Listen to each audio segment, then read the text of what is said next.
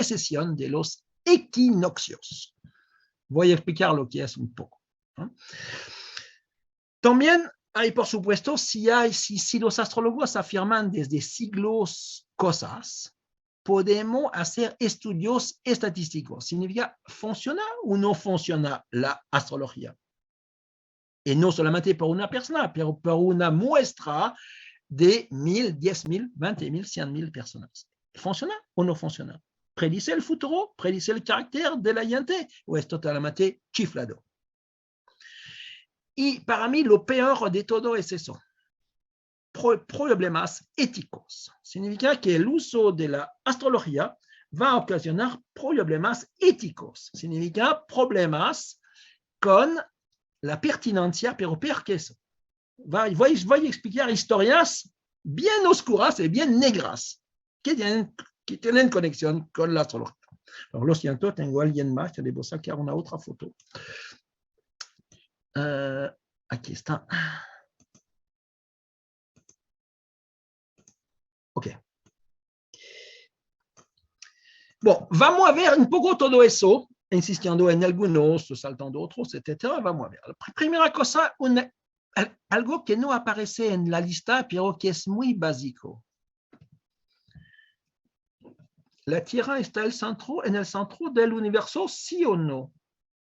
Es que ustedes están pensando que la Tierra es inmóvil y que todo el universo gira alrededor, lo que es una visión tipo Aristóteles, que se abandonó como 5 siglos atrás, o el Sol es un pobre planeta alrededor de una pobre estrella que gira alrededor del centro de una pobre galaxia en un punto lambda del universo, lo que estamos pensando ahora. Significa que si van a buscar en sitios astrológicos van a encontrar este tipo de imágenes. Significa que la Tierra es inmóvil en el centro del universo. Aquí también la persona que nacida está en el centro del universo. Significa que tenemos una visión obsoleta del mundo. Por los astrólogos, la Tierra es inmóvil en el centro del universo. Y el universo es chico, porque hay planetas, algunos, y hay la banda del zodiaco, y no toman en cuenta la distancia. Vamos a hablar de nuevo de eso. Significa que aquí tenemos una visión que es geocéntrica y no heliocéntrica o no céntrica o galactocéntrica o no sé qué es céntrica. Es una visión que es obsoleta, que se abandonó, como yo diría, en el siglo XVII, después de la obra de Copérnico, de la obra de Galileo, de la obra de Kepler, etc. Significa que en los sitios astrológicos vamos a ver una visión que es totalmente obsoleta del universo. ¿Okay? Ahora, esta noción de causa a efecto. Cuando yo tengo un efecto, cualquiera, yo debe tener una o más causas. Ejemplo, el movimiento de los planetas alrededor del Sol encuentran su origen en la acción de la fuerza de gravitación, fuerza de Newton y que Einstein miró. ¿Okay? Significa que aquí tenemos una causa que da un efecto. Pero en el caso de la astrología, ¿cuáles serían las causas o razones de las llamadas influencias astrales alegadas por la mayoría de los astrólogos? Los preguntemos eso varias veces a diferentes astrólogos y jamás hubo una respuesta. Dicen es como así. Pero eso no es una respuesta.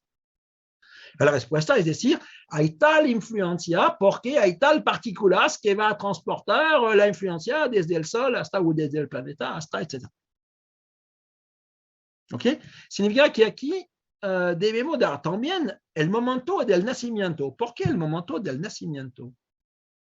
El ser humano aparece cuando está, aparece a su nacimiento como ser formado, casi, pero se forma al interior del útero de la madre durante 9 meses. ¿A qué momento viene el ser humano? ¿Al momento del nacimiento o antes o después?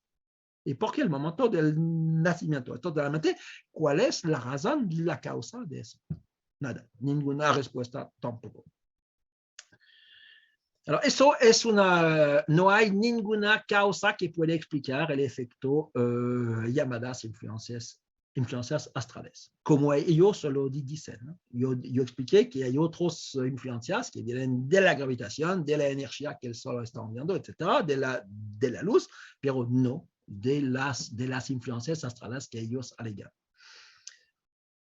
Alors, ¿qué es el principio de incertidumbre de Heisenberg? Heisenberg era un físico del siglo XX, alemán, por supuesto, y Heisenberg hizo un cálculo un poco antes de la Segunda Guerra Mundial para decir que si yo quiero conocer la posición y la velocidad de una partícula, eso es lo que se llama la mecánica cuántica.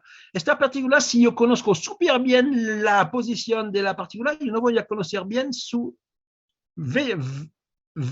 velocidad. Y al revés, si yo conozco súper bien la velocidad, yo no voy a conocer bien la posición.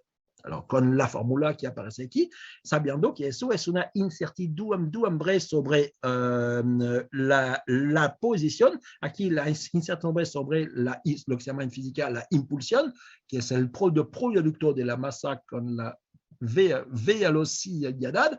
Significa que yo no puedo saber muy bien los dos al mismo tiempo. Hay un límite que es este valor. ¿Okay? Significa que eso va a inducir algo. Es que yo no puedo conocer exactamente dónde se ubica y cómo va esta partícula. Si va a la derecha, a la izquierda, a qué velocidad, etc. Y significa que yo no puedo conocer el presente de manera exacta. Y si yo no puedo conocer el presente de una partícula, yo no puedo conocer el presente de n partículas. Un ser humano, por ejemplo. ¿Okay? Significa que si yo no puedo conocer el presente, ¿cómo voy a conocer el futuro? ¿Okay? Significa que es imposible de conocer el futuro porque yo no puedo conocer el presente. Es más difícil de conocer el futuro. Es imposible, totalmente imposible. Significa eso me pone un punto final a esta afirmación que yo puedo predecir el futuro. Por supuesto, cada vez que probaron de predecir el futuro, hicieron errores. No siempre porque hay una probabilidad de decir exacto. Por ejemplo, si van a leer 20.000 libros de ciencia ficción, van a encontrar 20 que hablan de una pandemia mundial y que tenemos ahora una pandemia mundial. Pero vamos a tener todo el resto de libros de ciencia ficción que no van a hablar de eso. Significa que no es porque tienen razón a veces que van a tener razón siempre. Significa pueden tener la razón por simple azar, pero no de manera sistemática. Significa que no tienen una manera de conocer el futuro. Es por simple azar que predicen exacto. Un escritor francés del siglo XVIII que se llamó Voltaire, él dijo que un astrólogo no puede decir cosas falsas siempre. Ya que a veces va a predecir exacto. Pero según el principio de incertidumbre de Heisenberg, yo no puedo conocer exactamente el futuro porque yo no puedo simplemente conocer el presente. Y eso lo vimos con Einstein. Einstein conocemos el presente aquí y ahora, pero él va a mover el pasado por la galaxia A, la galaxia B, etc. Aún el presente de la galaxia A y B no puede mover. C'est claro que aquí tenemos también un punto final a la astrología. ¿Sí? Otra cosa que es bastante importante en astrología. Ellos, astrólogos, alegan la existencia de estas llamadas influencias astrales, que llaman fuerzas o energía o lo que queremos. Los esotéricos o New Age, etcétera, hablan a menudo de energías, energía positiva, negativa, no sé qué, yin y yang, no sé qué, enfin, todo eso. ¿Hay algo detrás de eso? Si hay algo, debemos encontrar una ley y la naturaleza que es, hay voy a utilizar la astrología. Significa voy a presuponer que hay de manera implícita que hay un cierto número de influencias astrales que proceden del Sol, de la Luna y de algunos otros objetos como Mercurio, Venus, Marte, Júpiter y Saturno, y agregaron después Urano, Neptuno y Plutón y algunos asteroides. ¿Okay? Pero si hay realmente una influencia astral, entonces se debe elaborar leyes coherentes que permiten de entregarnos la naturaleza de estas influencias astrales. ¿Okay? Sus alcances, una fuerza en física tiene un alcance que puede ser infinita, que puede ser solamente local, etc., depende del tipo de fuerza. El modo de acción y factor de dependencia depende de la distancia, de la masa, de la carga eléctrica, de no sé qué, de la edad del capitán, pero debemos poner un parámetro que va a decir, o varios parámetros que van a decir que, ok, está dependiendo de la distancia, de la masa, del cuadrado, del lado del triángulo rectángulo, no sé qué, okay? Pero debe depender de algo. Alors, podemos establecer una ley sobre esta supuesta fuerza. ¿Okay? Alors, vamos a decir que esta ley normalmente va a depender de dos factores, pero podemos agregar más. Pero vamos a decir que debe depender de la distancia y de la masa del cuerpo C. ¿Okay? Significa que el cuerpo C es el cuerpo que va a dar esta influencia. Nosotros estamos el objeto A y el objeto C, el cuerpo C va a estar un planeta o el Sol o no sé qué. ¿Okay? Significa que la fuerza va a estar del tipo F igual a K, una constante que depende solamente de A, significa de a nosotros, la masa del cuerpo C elevado a la potencia alfa y la distancia D elevado a la potencia beta. ¿Okay? Y la constante depende de nosotros, de la Tierra o del lugar donde estamos o de la persona. ¿Okay? Por ejemplo, las fuerzas electromagnéticas y las fuerzas de gravitación se escriben F igual a K mc D elevado a menos 2. Dependen del inverso del cuadrado de la distancia. Las fuerzas de marea se escriben K mc D elevado a menos 3, es decir, que dependen del cubo del inverso de la distancia o del inverso del cubo de la distancia. Si la fuerza está independiente de la distancia, en este caso debe escribirse K mc elevado a alfa. ¿Okay? Si está independiente de la masa, vamos a tener, pero dependiente de la distancia, vamos a tener una ley F igual a K D elevado a beta, un cierto valor. ¿Okay? Y si la fuerza no depende de nada, es independiente de la distancia, de la masa, es una constante que va a depender solamente de lo que pasa aquí.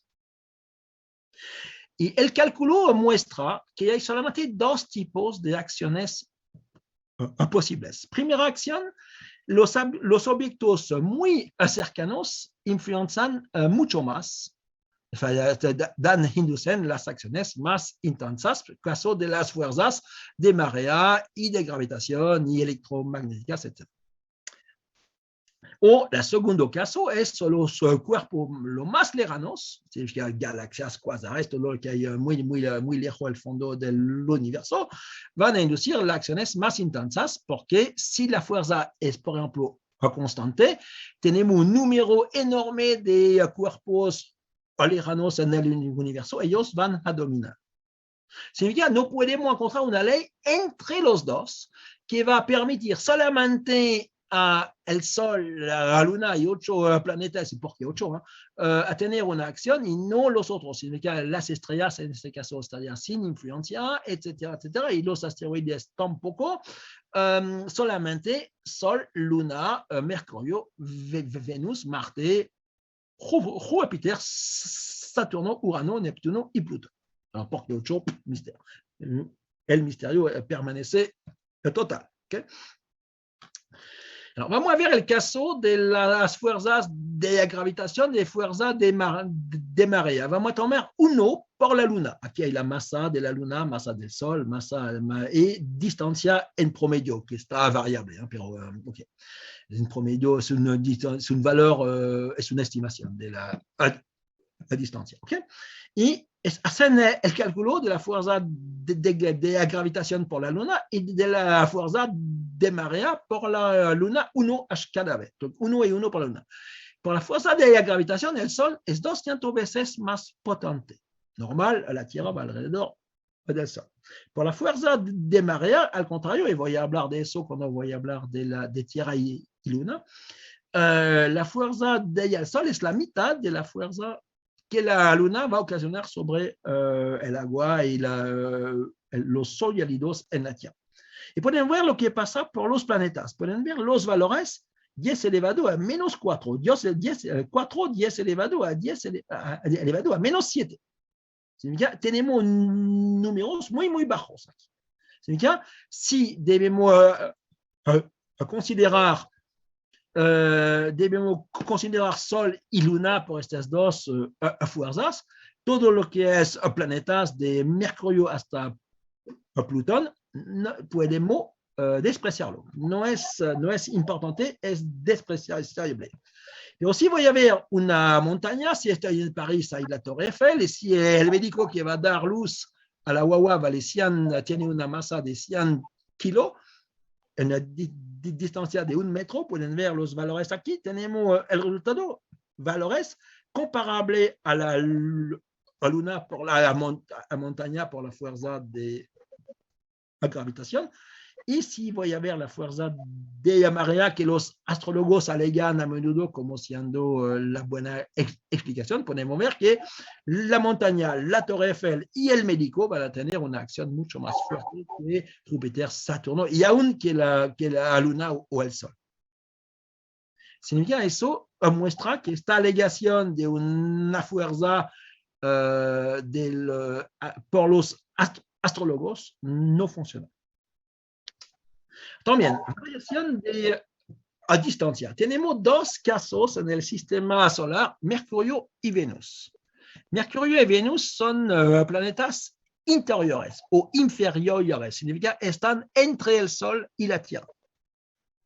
Y como van más rápido, ambos planetas van más rápido que la Tierra, a veces el planeta puede estar entre el Sol y nosotros, aquí, y algunos meses después, el planeta va a estar más allá que el Sol.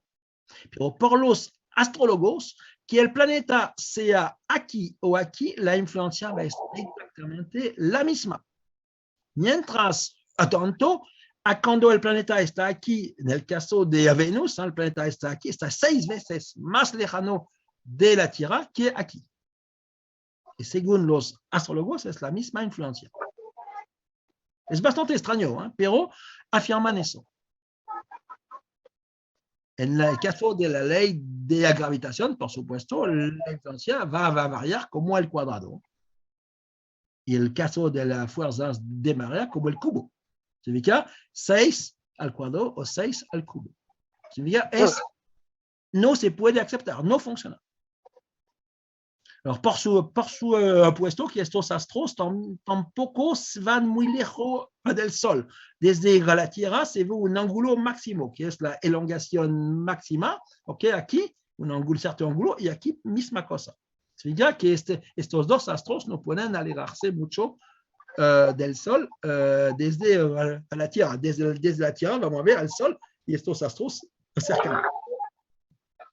Significa que aquí tenemos algo que tampoco va en el sentido de lo que dicen los astrólogos. Aquí tenemos el dibujo, tenemos la Tierra aquí, donde tengo la Tierra va a estar aquí, un planeta interior está aquí, el Sol está aquí, la conjunción inferior está aquí, la conjunción superior está aquí, ¿ok? Y tenemos las dos elongaciones aquí. Ahora, por un planeta superior o exterior, tenemos si la Tierra está aquí, eso se llama la oposición, eso se llama la conjunción. Y aquí tenemos Las cuadraturas cuando el ángulo está igual a 90 grados aquí. Pero significa que tenemos dos tipos de planetas, los que están al interior de la órbita de la Tierra y los que están al exterior. Por supuesto, la astrología no va a dar una respuesta aceptable en el caso del planeta aquí, el planeta aquí, que estarán con exactamente la misma influencia, según ella. Ahora, ¿qué es la precesión de los equinoccios? Alors, eso voy a hablar de eso, pero antes de hablar de la precesión de los equinoccios, yo debo hablar un poco de un tema que voy a desarrollar en un mes, un poco menos de un mes, que son las estaciones. Saben que la Tierra gira alrededor de un eje que es su eje polar, como se menciona aquí, y la Tierra gira, este eje polar es inclinado sobre el plano del eclíptico. El Sol está al medio y la Tierra va alrededor del Sol en un año, pero aquí tenemos una cierta inclinación que es de 23 grados, 26, ahora es un poco antiguo aquí, es 23 grados, 26 minutos, ¿ok? Y significa que este ángulo aquí hace que la Tierra va a mostrar su hemisferio norte a esta época y 6 meses después la Tierra va a mostrar su hemisferio sur al Sol. Y aquí tenemos los dos equinoccios. Aquí tenemos el solsticio de marzo, aquí tenemos de junio, lo siento, y el solsticio de diciembre. Aquí estamos en marzo, aquí estamos en septiembre. Alors, eso da que la Tierra está girando alrededor de su eje y aquí tenemos lo que se llama la línea de los nodos, significa el plano orbital de la Tierra y el eje. Y eso hace, como la Tierra está un poco más gruesa en su ecuador, vamos a hablar de eso también en el futuro, la Tierra va a recibir una acción de la Luna y del Sol debido al fenómeno de marea, y esta acción va a obligar a este eje polar a girar alrededor del eje OZ0 aquí. ¿Okay? Y eso va, si la Tierra va girando como así, el eje polar va a ser al revés como así. Eso se llama precesión de los equinoccios. ¿Okay? Alors, ¿qué es la precesión de los equinoccios? Si la Tierra va en este sentido aquí, ¿okay? El eje polar de la Tierra va al revés. Pero no está haciendo eso rápidamente, al contrario, está extremadamente lento. El periodo para hacer una vuelta entre aquí y aquí, vuelta, es de 25.750 años. Ya tenemos el tiempo. Podemos decir, oh, es enorme, no pasa nada. Eso. No pasa nada durante su vida, pasa muy poco exactamente. Pero durante 20 siglos pasa algo. Y lo que pasa es que como los signos zodiacales tienen que ver con el sistema de coordenadas eclípticas, este sistema va a desplazarse con respecto a las estrellas. Y eso hace que cuando el Sol va a estar al frente de, por ejemplo, Aries, que está aquí, ¿ok? Eso es la constelación Aries, pero el signo zodiacal no va a estar al frente de Aries, va a estar al frente de Toro, etc. ¿Ok? Significa que el signo zodiacal, no, lo siento, va a estar al frente de peces. ¿Okay? Significa que hay un desplazamiento de como 30 grados. Y este desplazamiento viene que la codificación de los signos zodiacales viene de Claudio Ptolomeo. Y si tienen el recuerdo, yo hablé de este hombre, Claudio Ptolomeo, vivo en el siglo II de nuestra era, significa 18 siglos atrás. Y como el periodo aquí es de 25.750 años, ¿okay? Casi 26.000 años, en 2.000 años estamos haciendo un poco menos de 30 grados. Significa que los signos zodiacales se desplazan con respecto a las constelaciones zodiacales, es decir, que no están más al frente del objeto que están supuesto representado aquí, el toro, el escorpión, etc. Significa que aquí el cielo, como los astrólogos lo imaginan, es un cielo virtual que no corresponde más a nada. Aquí tenemos el problema, aquí tenemos la Tierra, aquí tenemos aquí el punto vernal aquí, y este punto vernal aquí está entre el límite entre las dos constelaciones de peces y Acuario. El límite está todavía en peces, pero en algunos siglos más va a pasar en Acuario. Cuando 2000 años atrás estaba aquí, es lo que está mostrando esta figura aquí. Voilà. Está ahora, está en 1900, está aquí, y 2000 años atrás estaba aquí.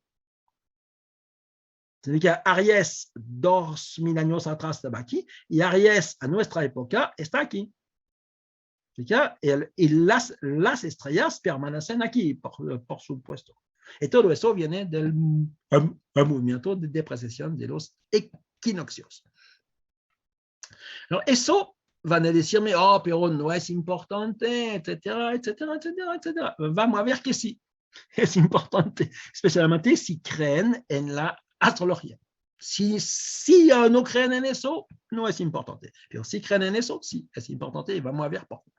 Pero aquí tenemos también la explicación, el punto vernal aquí, el gamma prima aquí, la inclinación, etcétera. Y significa que el ecuador la que está aquí, okay, el ecuador es el círculo verde aquí, eso es el eclíptico, el círculo azul aquí, y aquí tenemos el movimiento del polo norte, y el polo norte va, por supuesto, alors, el punto vernal se desplaza como así, y el otro punto aquí significa que aquí vamos como si, al revés del movimiento de rotación de la Tierra. Eso hace, es la misma cosa, la Tierra gira como así, y con respecto a las estrellas, el polo se desplaza entre este punto y este punto. Significa que el punto vernal va a desplazarse entre este punto y este punto. Alors, voy a saltar eso, un poco, alors, eso, voy a volver a eso después. Eso. ¿Por qué es importante lo que estoy diciendo? Si ustedes creen en la astrología, creen que hay una influencia sobre su vida, y me dicen, profe, yo soy del signo zodiacal, vamos a decir, allez, Acuario. Acuario es aquí, Acuario. ¿Okay? Acuario, el signo zodiacal Acuario es al frente de la constelación Capricornio. Y al frente de la constelación Acuario se encuentra el signo zodiacal de peces. Y Aries se encuentra al frente de peces, eso ya lo vimos. El toro al frente de Aries, etcétera, etcétera. Significa que tenemos un desplazamiento que va en empeorando cada año, porque cada año nos estamos alejando de Claudio Ptolomeo. Significa que con el tiempo, el círculo interior se desplaza más. Significa que el círculo interior va en dirección, por ejemplo, aquí Aries, Aries va en dirección de Acuario. Y en algunos siglos más, Aries, el punto gamma, va a estar en Acuario. ¿Okay? Significa que aquí tenemos los signos zodiacales no corresponden más a las constelaciones. Eso hace que las constelaciones del zodiaco está aquí, vamos a hablar de eso después, pero significa que con el tiempo el polo norte se desplaza con respecto a las estrellas y el polo sur también. Significa que cuando una estrella es estrella polar a una cierta época, por ejemplo, por el momento del hemisferio norte, la estrella que se llama Polaris, eso es válido ahora, pero en 2000 años más no, y 2000 años en el pasado tampoco. Significa eso hace que hay cambio de estrella polar. Los chinos cambiaron cuadros 5 veces de estrellas polares. En Egipto también. En Grecia también. Significa que la precesión de los equinoccios hace que la órbita de la Tierra, pueden ver cómo gira la Tierra, pueden ver aquí, está como así, pasa aquí, tac, tac, tac, hace como así, tac, tac, tac, tac, completamente. Eso viene de este movimiento, etcétera. Significa que la estrella polar cambia con el tiempo y todo el sistema de coordenadas debe seguir, debe estar arreglado con el momento de precesión de los equinoccios. Es bastante complicado hacer, pero cuando tenemos las buenas fórmulas podemos hacerlo. Pero eso dice que finalmente significa que aquí si yo tengo un polo a una cierta época, la estrella Tuban fue estrella polar 4.700 años atrás, ahora es la estrella polar que estamos utilizando ahora, que está aquí. Y en algunos milenios más va a estar una otra estrella polar, especialmente la estrella Vega, la estrella polar en como 10.000 años más. Okay. Significa que todo eso cambia con el tiempo. No hay nada de fijo. Por supuesto que los astrólogos ignoran totalmente eso. Sino algunos astrólogos tomaron eso en cuenta y decidieron de hacer una astrología que tiene que ver con el cielo y no con los signos zodiacales. Problema. Miran aquí, si vamos a contar, tengo 1, 2, 3, 4, 5, 6, 7, 8, 9, 10, 11, 12. Y aquí voy a contar la misma cosa. 1, 2, a partir de aquí. 1, 2, 3, 4, 5, 6, 7, 8, 9, 10, 11, 12, 13. Ah, un problema. Tenemos 13 constelaciones zodiacales y no 12. Estamos mal, porque no es más 12. ¿Okay? Y aquí podemos ver constelación del zodiaco. Hay, por ejemplo, vamos a salir de Aries, Aries, el toro, Géminis, Cáncer, el león, la Virgen, la balanza, el escorpión, Ophiuchus. El Sagitario, el Capricornio, Acuario y los peces. Significa hay 13 y no 12 constelaciones del zodiaco. Y aún podemos agregar una otra que se llama el Cetus, el monstruo marino, porque el Sol está casi al frente un momento, durante algunas horas. Significa que tenemos no más el número mágico 12, el número mágico 12 desaparece. Estamos mal. De nuevo, un argumento, ¿por qué 12? ¿Por qué no 365? ¿O por qué no 360? ¿O por qué no 2 pi? ¿O por qué no, no sé, 10 o 20 o 1000 o 1, solamente 1 por poner uno, o un 0 estaría más difícil. Pero ¿por qué 12? ¿De dónde viene 12? Viene del hecho que hay 12, un poco más exactamente, de 12 lunaciones en un año. Significa 12 veces el ciclo de las fases de la luna en un año. Este número 12 viene de eso. Significa que entre 12 y 13 lunas llenas cada año.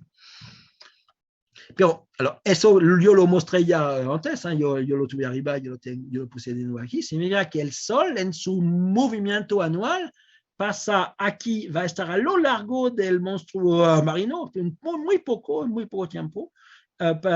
Peces, Aries, Toro, Géminis, Cáncer, el León, Virgo, la balanza, el escorpión puede ser muy chico. El Ophiuco es mucho más grande. El Sagitario aquí, el Capricornio, Acuario. Tenemos bien 13, exactamente 13 y media, porque hay Ceto también, la ballena, que también debemos tomar en cuenta. Pero si no vamos a tener en cuenta esta esquina, por lo menos debemos tomar en cuenta Ophiuco. Significa, no hay más 12, 13. 13 es el número que da mala suerte, etcétera, pero 13. Ok, y aquí tenemos el Ophiuco. Alors, Ophiuco era, según la mitología, el dios de la medicina y pueden ver que está llevando la serpiente. La serpiente, si van a la farmacia, hay el símbolo de la serpiente. Significa, viene de esta leyenda del dios de la medicina aquí. Y la serpiente tiene su cabeza aquí, su cuerpo y su cola aquí. Y el dios de la medicina no es un azar, pero tiene el pie encima del escorpión, porque el escorpión tiene un veneno. Pero es interesante de tener el veneno para hacer un antídoto. Porque si voy a dosificar un poco el veneno del escorpión, yo puedo hacer un antídoto y voy a recibir una otra ataque de un escorpión y voy a sobrevivir. Significa es poco la idea aquí. El dios de la medicina puede vencer las enfermedades. El escorpión es su veneno y puede ser también como un poco de farmacia para tener productos que van a luchar contra las enfermedades o la acción de un veneno, etc. Significa que aquí este dios de la medicina es la tercera parte del zodiaco. No hay 12, hay 13. O más. Aquí, ahora, ¿por qué es importante para ustedes? Porque ustedes van a decirme, yo nací, por ejemplo, el profe. El profe nació en el 16 de junio. Alors, vamos a mirar aquí, 16 de junio, estoy lo que llaman aquí Gemini. Pero eso es el signo zodiacal. Si voy a mirar exactamente, aquí, si miran aquí, el 16 de junio, aquí está aquí, lo siento. Yo estaría Toro, significa que cuando yo nací, el sol estaba al frente de la constelación Toro.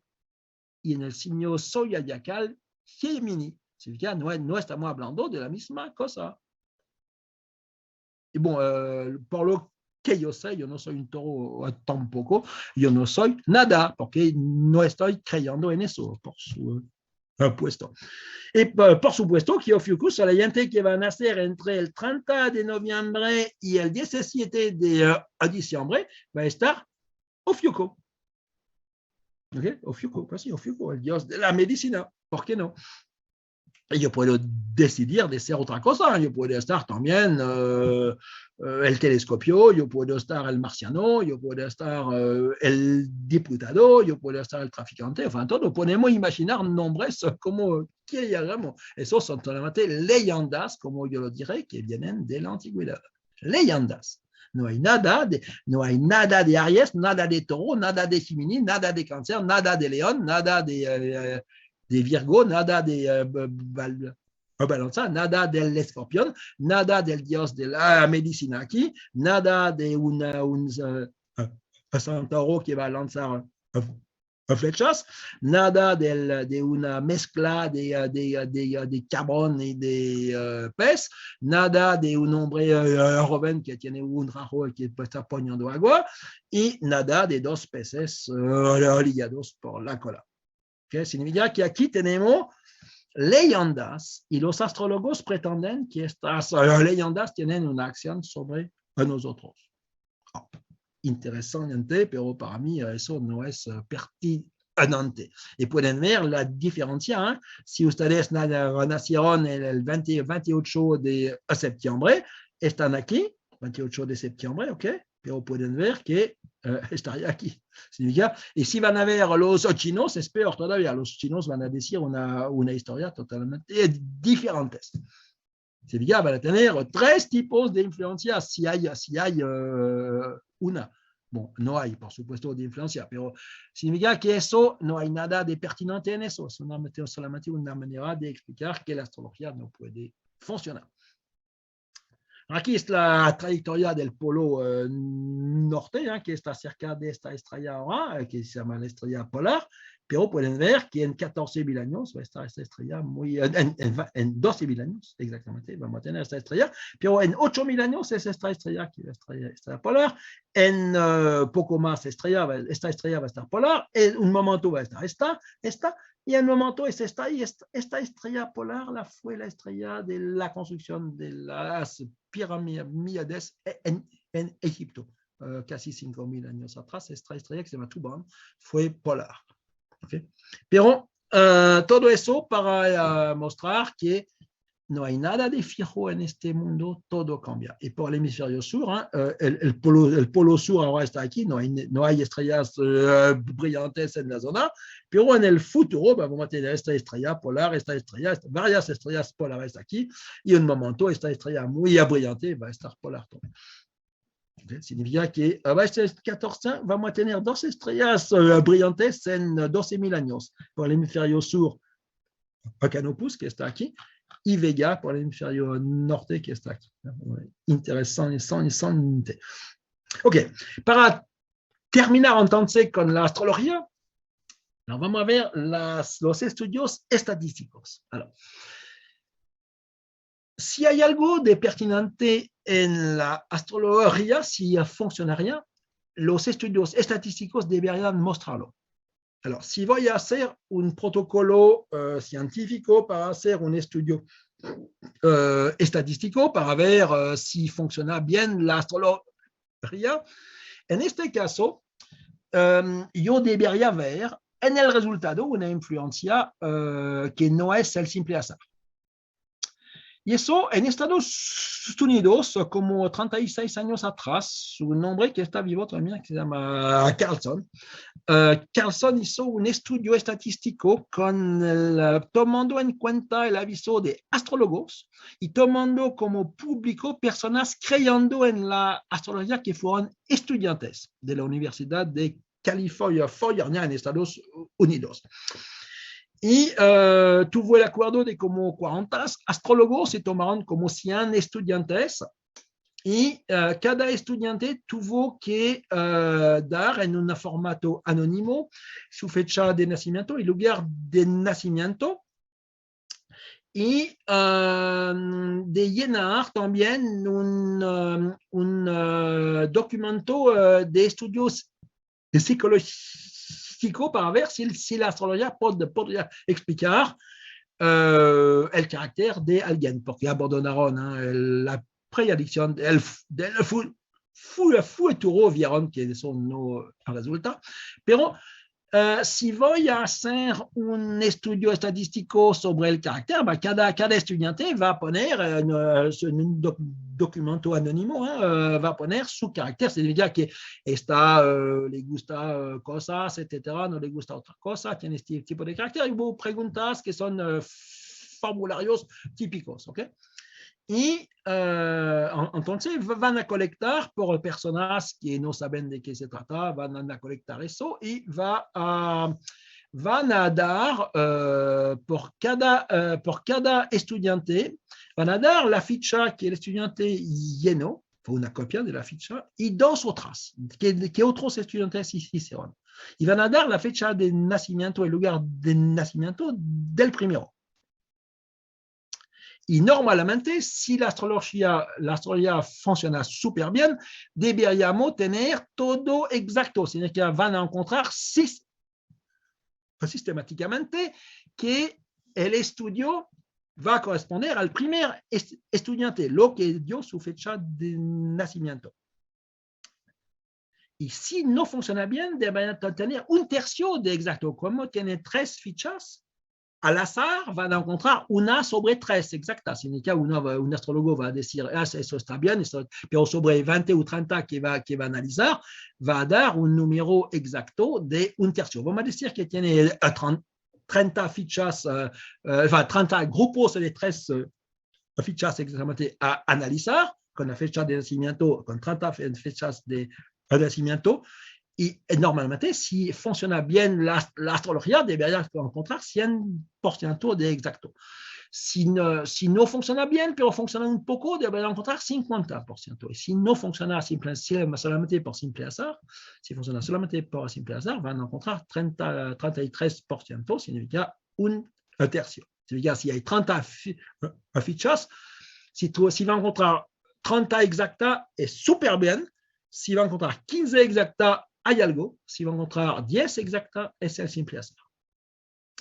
Y también hicieron al revés, es decir, que tomaron al azar fichas de los estudiantes y otras fichas y mostraron a los mismos estudiantes creyendo en la astrología las fichas suyas que anonimizadas, significa el hombre olvidó completamente de qué se trató, y la de dos otros y ver si ellos pueden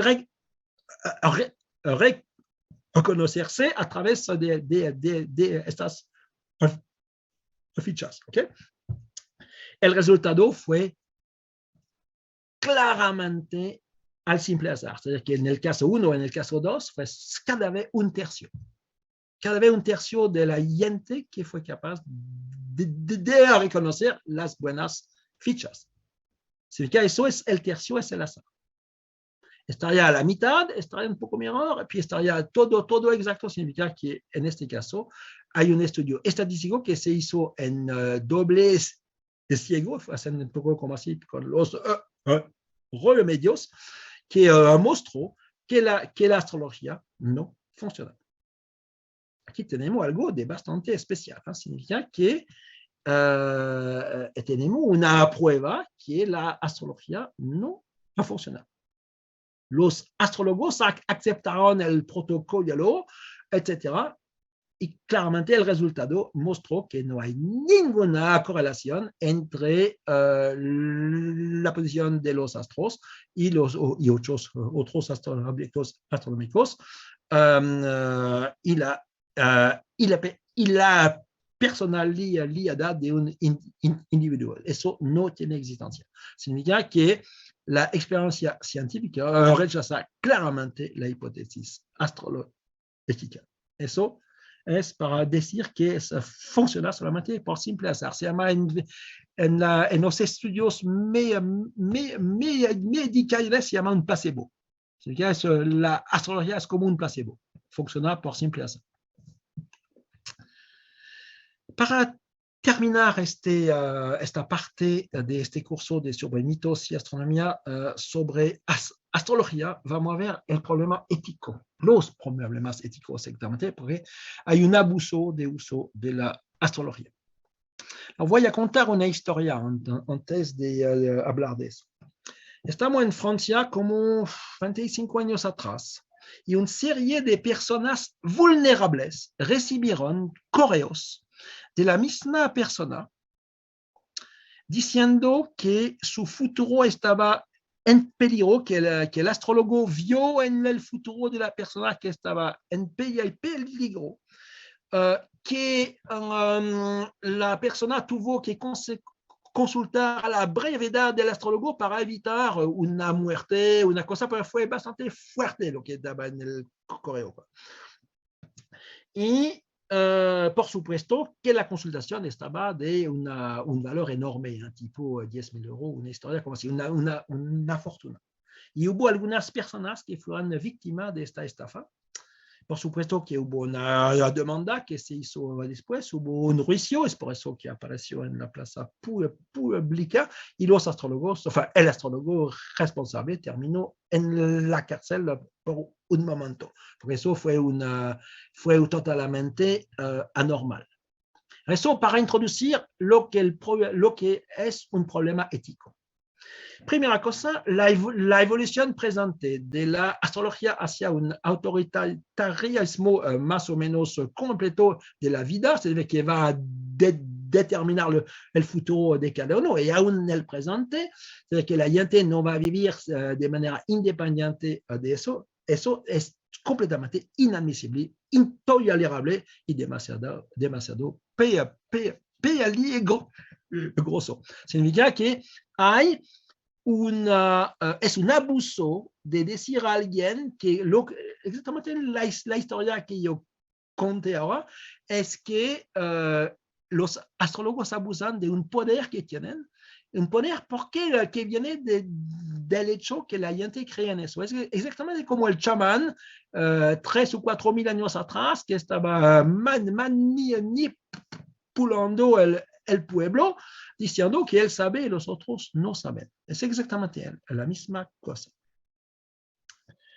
Alors, también de manera doctrinal, la astrología es demasiado determinista, significa llegando a amputar el libre albedrío. Yo hablé ya de eso. Cada ser humano tiene una cierta libertad. Libertad de estudiar A, B, C, libertad de ir a la derecha, de ir a la izquierda, de viajar, de no viajar, de ir a la playa, de ir a la montaña, etc. etc. O sea que hay una libertad que el ser humano debería tener. Por supuesto que en un país como China es menos libre que Chile, eso es obvio. Pero y ahora estamos un poco con una privación de libertad con la pandemia. Es claro que ustedes no pueden ir a la fiesta, no pueden salir al bar, etc. Yo tampoco estamos, no estamos viviendo bien eso. ¿Okay? Pero la astrología como dogma dice que su futuro está predeterminado. Significa que ustedes no pueden hacer ir a la derecha o ir a la izquierda porque el tema astral dijo que ustedes deben ir derecho o solamente a la izquierda. ¿Ok? Y si como el tema astral dice eso, ustedes deben seguir lo que dice el tema astral. Eso se llama esclavitud. Nada más. Es ser esclavo de un dogma. Alors, por supuesto que los astrólogos del siglo XX, siglo XXI, son un poco más blandos en eso. Dicen que los astros inclinan, pero no determinan. Pero si vamos a leer lo que dice un astrólogo, es obvio que es impone lo que está diciendo. Alors, hay una cosa también que es totalmente anormal, es que hay muchos astrólogos que se van a sustituirse de manera ilegal al psicólogo, al médico, al terapeuta, al psiquiatra, etc. Que van a tomar el rol de personas que no son. Significa, ellos no son médicos, no son psicólogos, no son, etc. Ellos dicen que los son. Significa, hay una usurpación de un título que no tienen. Hay estudios que no hicieron y actúan como si tuvieran estos estudios. Eso es un abuso. También, en ciertos países, yo no pienso que es tan común aquí en Chile, pero hubo países de Europa donde se hizo mucho durante los años 70, 80 y 90, menos ahora, que hubo empresas que utilizaban el signo zodiacal de la gente para hacer el reclutamiento en ciertas empresas. Significa eso, por supuesto, es una violación de los derechos humanos, es una vulneración de derechos humanos. Así que en este caso es totalmente anormal y si ustedes son víctimas de un reclutamiento que no va a tener un trabajo porque son escorpión y no Sagitario, eso pueden hacer una demanda contra la empresa y el DRH, el director de recursos humanos, que está utilizando eso porque no se puede utilizar. Alors, peor todavía, hay demasiados políticos, y en Chile hay, no sé cuáles, pero hay, que utilizan relaciones turbias con astrólogos para gobernar. Significa que no puede gobernar solo, el astrólogo dice, el cielo dice que. Significa eso es pura manipulación mental y el político es víctima, viene esclavo de un astrólogo. Significa que el país puede tener a su cabeza un astrólogo que va a gobernar de manera oculta. Fue el caso especialmente en Estados Unidos con Reagan, eso fue casi 40 años atrás. Fue el caso en Rusia con Eltsine, que fue 30 años atrás. Fue el caso en Francia con Mitterrand, que también utilizó un astrólogo también. Eso, por supuesto, no se puede aceptar. Y lo peor de todo es que hay sectas que utilizan la astrología, por ejemplo, Nueva Acrópolis o también los logos, utilizando la astrología como idioma para poner a la gente en esclavitud. Significa que aquí el rol de la astrología es exactamente oscuro. Por supuesto que los astrólogos no son todos como así, pero hay que son más sinceros, otros que son estafadores puros, pero el resultado es que hay estos abusos y que son demasiado comunes. Lo siento, debo sacar de nuevo una foto aquí. Okay, hop. Tac, ok. No, pas tac. Ahora sí. Y, ok, eso para terminar con la astrología. Significa todo estos simbolismos que pueden ver aquí, son solamente símbolos, pero que no van a corresponder a muchas cosas aquí. Pueden ver que hay a menudo asociación con la astrología de otras ciencias falsas, especialmente ocultismo, magia negra y otras cosas, alquímica también, símbolos de los metales, de las piedras preciosas, etcétera, etcétera. Hay el demonio a menudo, o todo lo que es afuera de la creencia dominante, el cristianismo tuvo a menudo una asociación con la astrología, pero lo peor es que hubo muchos papas, arzobispos y obispos y monjes que utilizaron la astrología. Significa, aún al interior de una iglesia hubo este tipo de cosas. Pueden ver aquí que el cuervo tiene como una aureola y este monstruo aquí también. Eso es magia, pura magia negra, por supuesto. Ok. Significa que estamos en la primera parte del siglo XXI y la astrología queda todavía sin ninguna base racional según el análisis científico. Y pienso que ustedes entendieron que no hay nada de científico en eso. Ahora, cuidado, yo no estoy diciendo a ustedes de no creer en eso, pero yo estoy diciendo a ustedes de si creen en eso, de estar consciente que es una creencia, por lo mejor o por lo peor, un engaño.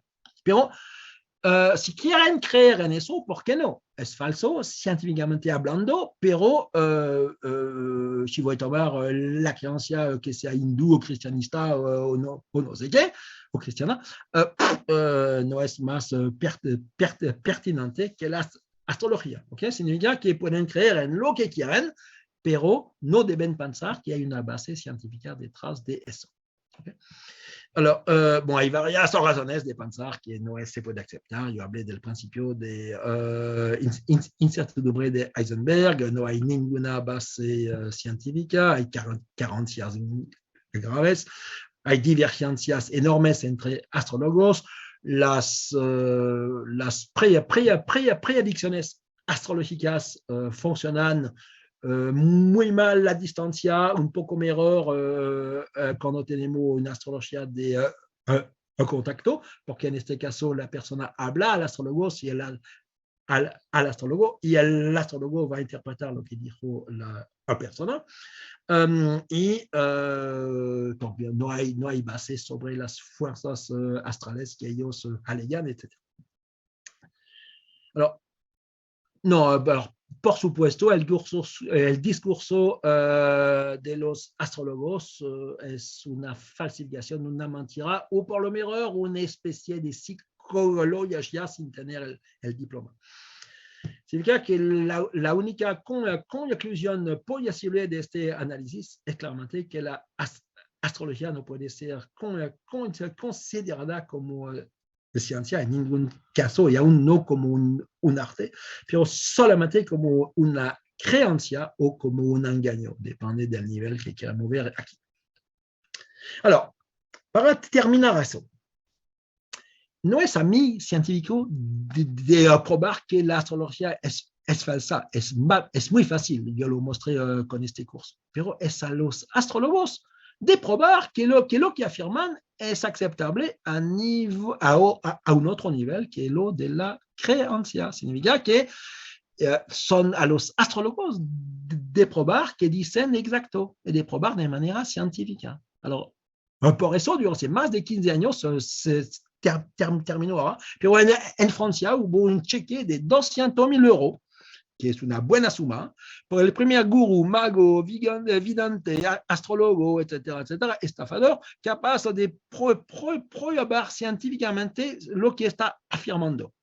Y vinieron más de 500 personas, uno diciendo que puede torcer cucharas, el otro diciendo que puede mover estatua de la isla de Pascua, el tercero diciendo que puede hablar con su primo muerto, el cuarto diciendo que puede ver el futuro en el café, no sé qué, vinieron todos. Y ninguno ganó el cheque. Porque ninguno fue capaz de probar de manera científica lo que estaba diciendo. Y vinieron, por supuesto, 2 o 3 astrólogos y perdieron. Significa que cada vez que hay un protocolo científico, no funciona. Para terminar con eso, por supuesto que es una insensatez, como el creacionismo y como otras cosas. No hay ninguna influencia de los signos zodiacales o de planetas, etc. Y vamos a ver a lo largo de este curso las influencias reales del Sol, poco de la Luna, pero muy poco. Y especialmente si vamos a recibir un asteroide o un cometa sobre la cabeza, eso va a tener una influencia directa, pero es muy poco común. No vamos a vivir eso durante los miles de años que vienen. Ok, alors eso termina eso y tengo todavía un poco de tiempo. Si voy a empezar a hablar de la Luna ahora. Voy a salir de eso. Ok, y vamos a entrar en el archivo siguiente que está aquí.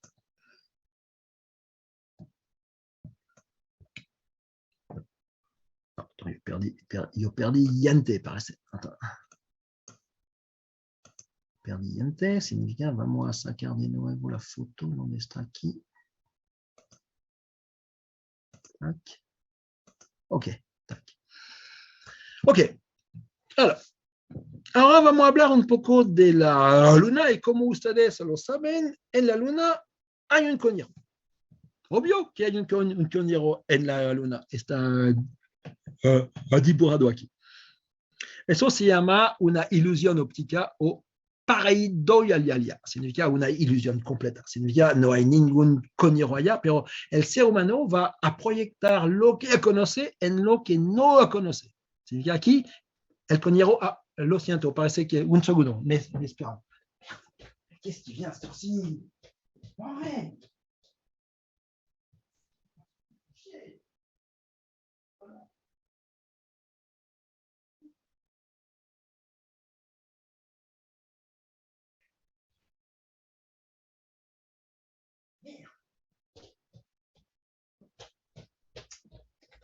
Lo siento, deben esperarme un segundo.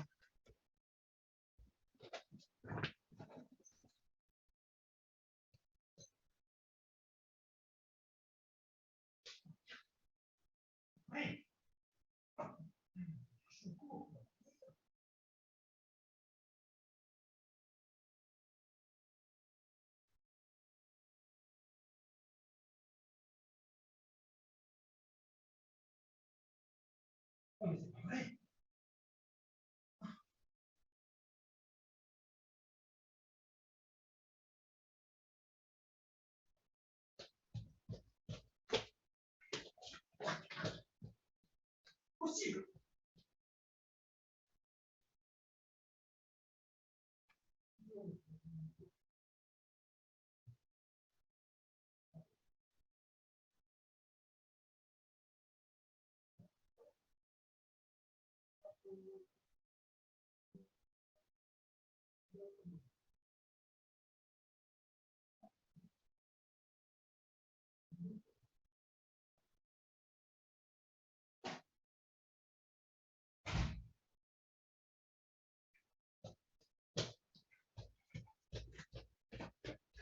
Ok, lo siento.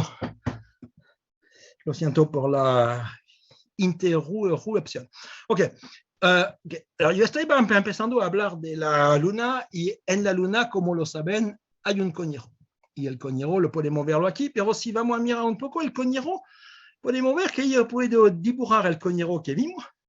Yo puedo dibujar un otro coñero aquí, yo puedo dibujar un otro aquí, etc. Significa, yo puedo dibujar el coñero que yo quiero en la luna. Aquí también podemos ver diferentes ejemplos de coñeros en la luna. ¿Hay algo de real en eso? No, es una simple ilusión. Como yo lo diré, la palabra se llama pareidolia, significa que voy a asociar algo que yo conozco sobre un objeto que yo no sé, que yo no sé describir bien. Por supuesto que hay mitos con el coñero en la luna, etcétera, pero no hay nada de real en eso. El único coñero que hubo en la luna es este. Hubo dos actualmente.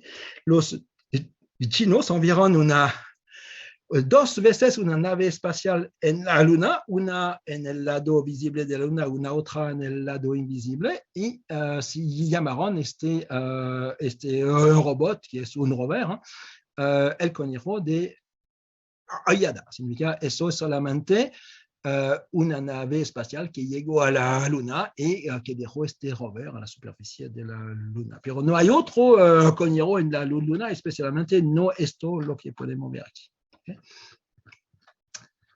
Ok, alors, nuestra luna tiene un problema, es que la estamos asociando a muchos mitos, pero muchos.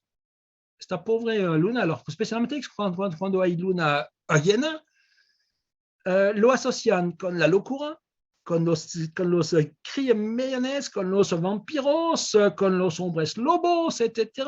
Cuando la luna está llena, los hombres van a transformarse en lobos. También dicen que el ciclo menstrual de la mujer tiene que ver con las fases de la luna, con la lunación, entonces, fases de la luna y nacimiento, fase de la luna y crecimiento de las plantas, fase de la luna y crecimiento del pelo, a la luz de la luna y la ropa blanca, la luna de abril en el hemisferio norte, estaría la luna de octubre en el hemisferio sur. ¿Hay cosas exactas en esta? Irreales? No, por supuesto que no. Son todas leyendas. Bueno, no hay ninguna conexión clara entre nacimiento en fases de la luna, especialmente no hay más nacimiento alrededor de la luna llena. Estudiaron los nacimientos en el estado de Nueva York, en Estados Unidos, durante sobre 25 años, si me recuerdo, como 5 millones de personas, y ponían todo eso pusieron cada fecha y ponían todo sobre una lunación tipo, ¿ok? Y vieron que es completamente plano. Significa no hay influencias especiales en luna llena, luna nueva o no sé qué. Tampoco no hay más crímenes alrededor de la luna llena, y estoy agregando como chiste, quizás crímenes rituales que se hacen solamente en luna llena, pero eso no, eso quizás no a la época maya, pero ahora no más. La gente no es más loca alrededor de la luna llena, eso no, la luna es loca, la luna no va a convertir a la gente en más loca que lo que es. La pandemia sí, pero la luna no. Significa que la luna llena no tiene influencia sobre la locura. Alors, vampiros y hombres lobos, a una leyenda que se llama Luna Titica, son solamente leyendas del folclore. Así todo eso son leyendas tenaces pero falsas. No hay nada de real en eso. Aquí tienen Vlad tres Tepes, Drácula, el vampiro, que era un príncipe de lo que es Bulgaria ahora, y que fue prisionero durante su juventud, durante 5 años de los turcos. Y cuando volvió en su país, vino tan feroz que cada vez que hizo la guerra a los turcos estaba matando los enemigos de una manera cruel, horriblemente cruel, y a gran escala. Significa que era con una sed de sangre enorme. Y al siglo XIX, el Drácula de la novela tuvo su origen con este gallo, que estaba no muy simpático, como pueden imaginar. Alors, eso ya yo lo dije, hay confusión del espíritu de la gente, especialmente los astrólogos, pero no solamente ellos. Hay confusión entre acciones reales, fuerza de marea especialmente, y leyendas de llamadas influencias de la pobre luna, por falta de conocimiento científico básico. Las fuerzas de marea son del tipo distancia elevado a menos 3, 1 dividido por el cubo de la distancia, lo que va a significar que las acciones son importantes solamente por un astro de gran tamaño, como la Tierra, pero no sobre un ser humano chico. Las fuerzas de marea entre la cabeza y los pies son totalmente despreciables, que vienen de la luna. Cuidado con eso. Y la gente va a pensar que como la luna tiene influencia con fuerzas de marea sobre la Tierra, debe tener influencia sobre un ser humano. Y va, por ejemplo, subir la sangre a la cabeza, etc. Eso es falso, totalmente falso. Eso yo mostré un momento atrás, voy a saltar. Y vamos a hablar de algo que vamos a ver en el futuro, como en el futuro, pero las fases de la luna. Pero para entender las afirmaciones sobre la pobre luna, hay que saber cómo funcionan las fases de la luna. Cada 29 días y medio, la luna viene nueva. ¿Okay? Vamos a asumir aquí que el sol está a la derecha. ¿Okay? Que las flechas muestran la luz que viene del sol. ¿Okay? Significa que cuando la luna está nueva, no se ve porque está entre el sol que está aquí y la Tierra. Significa que la luna está aquí. Algunos días después, 2 o 3 días, voy a ver un creciente de la luna que está aquí. Tenemos una luna creciente. ¿Okay? Y como 7 días después de la luna nueva, tenemos el cuarto creciente, es decir, que se ve a la mitad de la luna. ¿Okay? Algunos días más y vamos a tener lo que se llama la luna gibosa creciente, significa que se ve más de la mitad, gibosa creciente. ¿Okay? Como 14 días y medio, 14 días y un poco más de medio, vamos a tener la luna llena después de la luna nueva. A este momento se ve la luna completa, circular, y vamos a ver la luna desde el atardecer hasta el amanecer. Cuando en esta parte se ve solamente durante el atardecer aquí, principio de la noche aquí, 3/4 de la noche aquí es toda la noche. Y después de la luna llena vamos a tener la luna gibosa menguante. Significa que se ve más de la mitad, pero durante la segunda parte de la noche. Es el caso ahora. Tenemos una luna como así. Como 20 y tantos días después de la luna nueva vamos a tener el cuarto menguante. Se ve a la mitad, pero la otra mitad, lo que faltó aquí, se ve aquí. Y después se ve el creciente de la mañana, que se llama menguante. ¿Okay?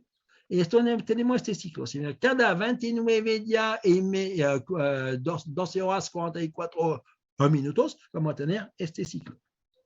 se llama ciclo de la lunación o fases de la luna. ¿Okay? Hay que pensar lo que se llama la palabra que quizás no vieron antes, que es gibosa. ¿Okay? Luna gibosa.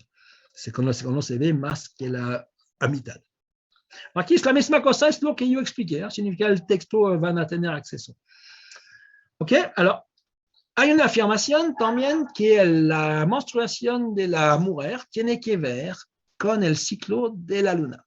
Alors, la lunación está aquí, 29 días, 12 horas, 44 minutos, 2,8 segundos. Si vamos a ver el caso del ciclo menstrual de la mujer, está muy variable entre 20 y 35 días. Y a veces hay dispersión más grande para ciertas mujeres. Y significa que el promedio es alrededor de 28 días. Significa, no estamos a 29 días y medio, estamos a 28 días. Significa que hay dos periodos que son diferentes. Además, si tuvimos una correlación extremadamente fuerte entre el ciclo menstrual de la mujer y la lunación, deberíamos tener una aumentación de productos especializados por la mujer, por ejemplo, en luna nueva o en luna llena, lo que no es el caso. Los mercados venden estos productos a lo largo del mes. No hay una época del mes lunar donde ahí se va de más o menos. ¿Okay? Significa que esta afirmación es claramente falsa. Significa que no hay ninguna correlación entre el promedio de la lunación y el periodo del ciclo menstrual de la mujer. Eso podemos olvidar. Alors, por supuesto que hay ciertas personas que estoy encontrando un poco locas porque asimilan una mujer a un animal que no tiene nada que ver. Hay un molusco que tiene su ciclo de reproducción que está en fase con la luna llena. Significa que tiene su reproducción solamente al momento de la luna llena. Alors, eso sabemos, es exacto, sí, es una influencia de la luna. Okay, ¿cómo sabemos eso? Pusieron este animal en una caverna marina abajo del mar y dejaron sin luz de la luna, empezó todavía a tener su ciclo de reproducción a la misma época, significa en luna llena. Alors, en este caso sí hay una influencia, pero no se puede comparar este animal y una mujer que está mucho más evolucionada, nada que ver. Significa eso es una confusión y no podemos mezclar dos cosas que no tienen nada que ver. Eso, también cuando estoy diciendo el periodo de 29 días, 12 horas, etcétera, que está aquí, ¿okay? Eso es un promedio. El valor exacto está cambiando. Aquí tenemos verticalmente una escala en horas. Aquí el 0 es el valor de 29 días, 12 horas, 44 minutos. Y podemos ver que a veces es un poco, hay algunas horas más, a veces hay horas menos, etc. Y hay como un ciclo, doble ciclo, un periodo del orden del año aquí, y aquí un periodo de 18 años. ¿Okay? Significa que se reproduce con un periodo de 18,6 años. Significa que hay una oscilación alrededor del valor, pero son de horas, cuando el ciclo menstrual de la mujer es una variación en días. Significa, no estamos hablando de la misma escala tampoco. Y no está siguiendo eso, a propósito. No está variando el ciclo de la menstruación de la misma manera. Significa, estamos hablando de dos cosas diferentes. Aquí tenemos un texto que explica la figura de antes. Voy a saltar. Ok, alors para terminar el curso hoy día, no, parece que vamos a terminar ahora porque estamos a la hora.